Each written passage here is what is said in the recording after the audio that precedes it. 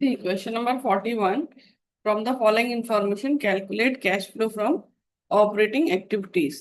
देखो, हमें सरप्लस दिया हुआ है और साथ में हमें इनकम टैक्स पेड और ये भी दिया हुआ है सब।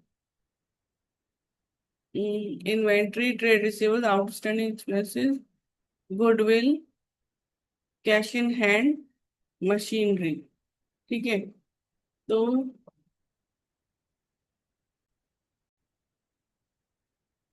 हम इसकी स्टार्टिंग करेंगे नेट प्रॉफिट बिफोर टैक्स, लेकिन नेट प्रॉफिट बिफोर टैक्स नहीं दिया है, तो उसका हम कैलकुलेशन करते हैं वर्किंग नोट में। तो देखो, हमें लॉस दिया हुआ है as on 31 March 2022 current year का 89,000। फिर लॉस 31 मार्च 2021 का दिया हुआ है 71,000। अब हमारा क्या आएगा?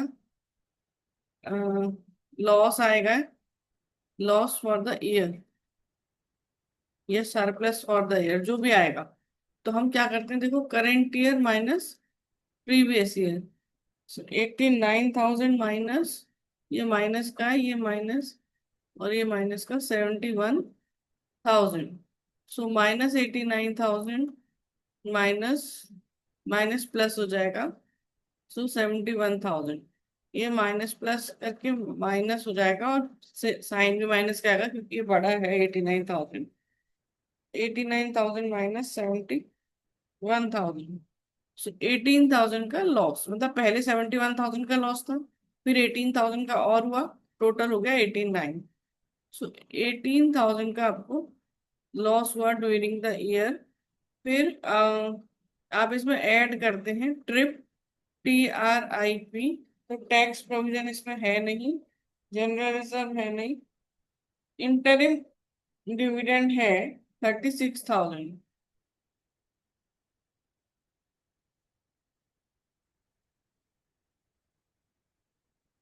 और प्रपोज डिविडेंड नहीं है। तो ये आ जाएगा 18,000। तो इस 18,000 से हम स्टार्ट करेंगे अपना नेट प्रॉफिट बिफोर टैक्स। 18,000। अब इसमें हम ऐड करेंगे wild. So writing of intangible assets. तो देखो, गुडविल है, लेकिन गुडविल की वैल्यू इंक्रीज हो रही है, तो वो परचेज्ड गुडविल है, इन्वेस्टिंग एक्टिविटी में आएगा। राइट ऑफ नहीं हुआ है गुडविल का। ठीक है। फिर है interest paid on long term borrowing.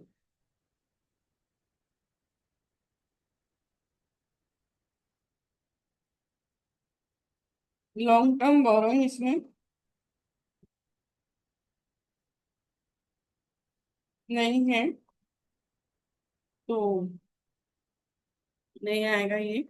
फिर loss on sale of machinery.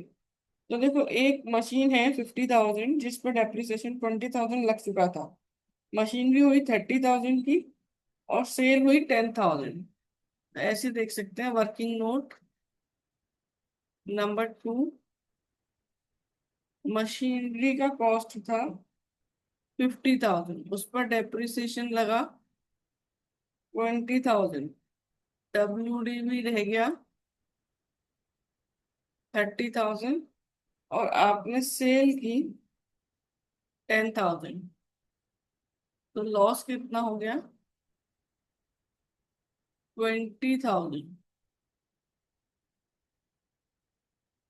So loss on sale of fixed assets 20,000, D से डेप्रिसिएशन। डेप्रिसिएशन दिया हुआ है 18,000।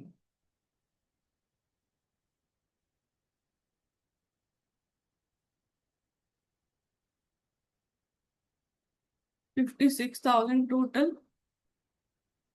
ये आ गया हमारा operating profit before working capital. Changes. फिर इसमें हम करेंगे add decrease in current assets. तो देखो इन्वेंट्री,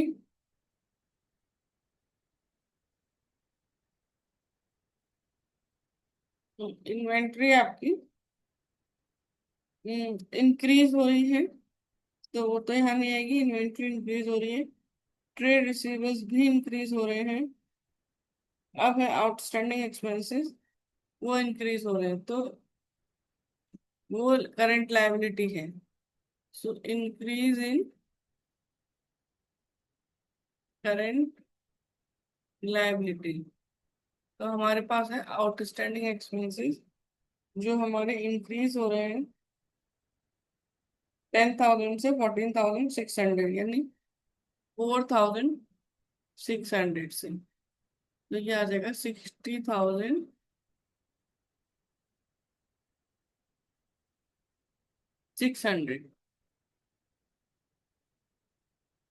लेस इंक्रीज इन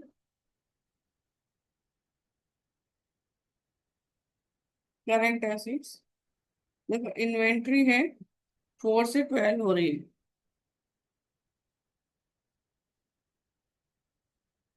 सो 8,000।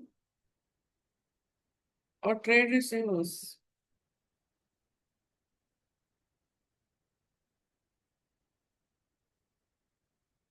58, 45 से, सो 13,000।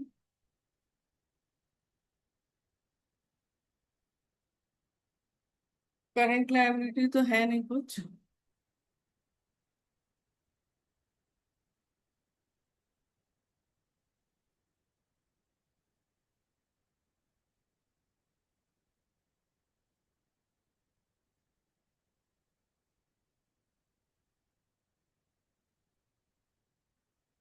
60,600 माइनस 8,000 माइनस 13,000, 39,600।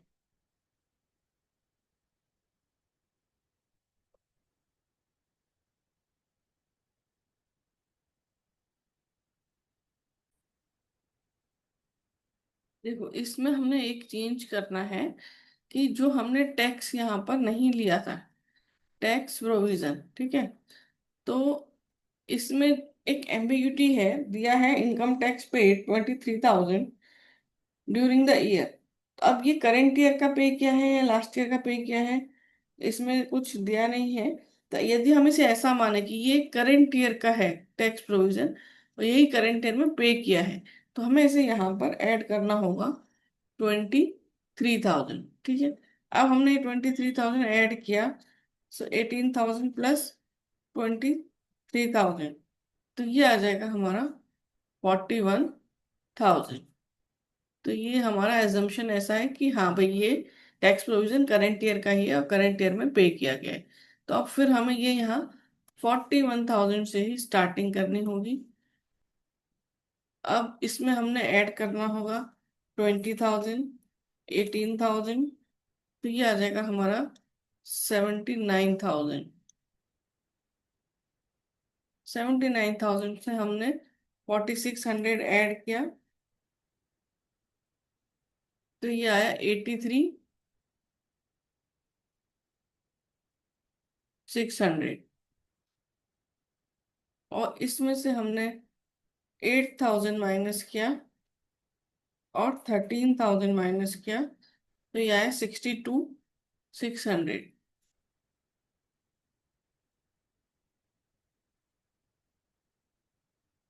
और इसमें से हम माइनस करेंगे लेस टैक्स पेड 23,000,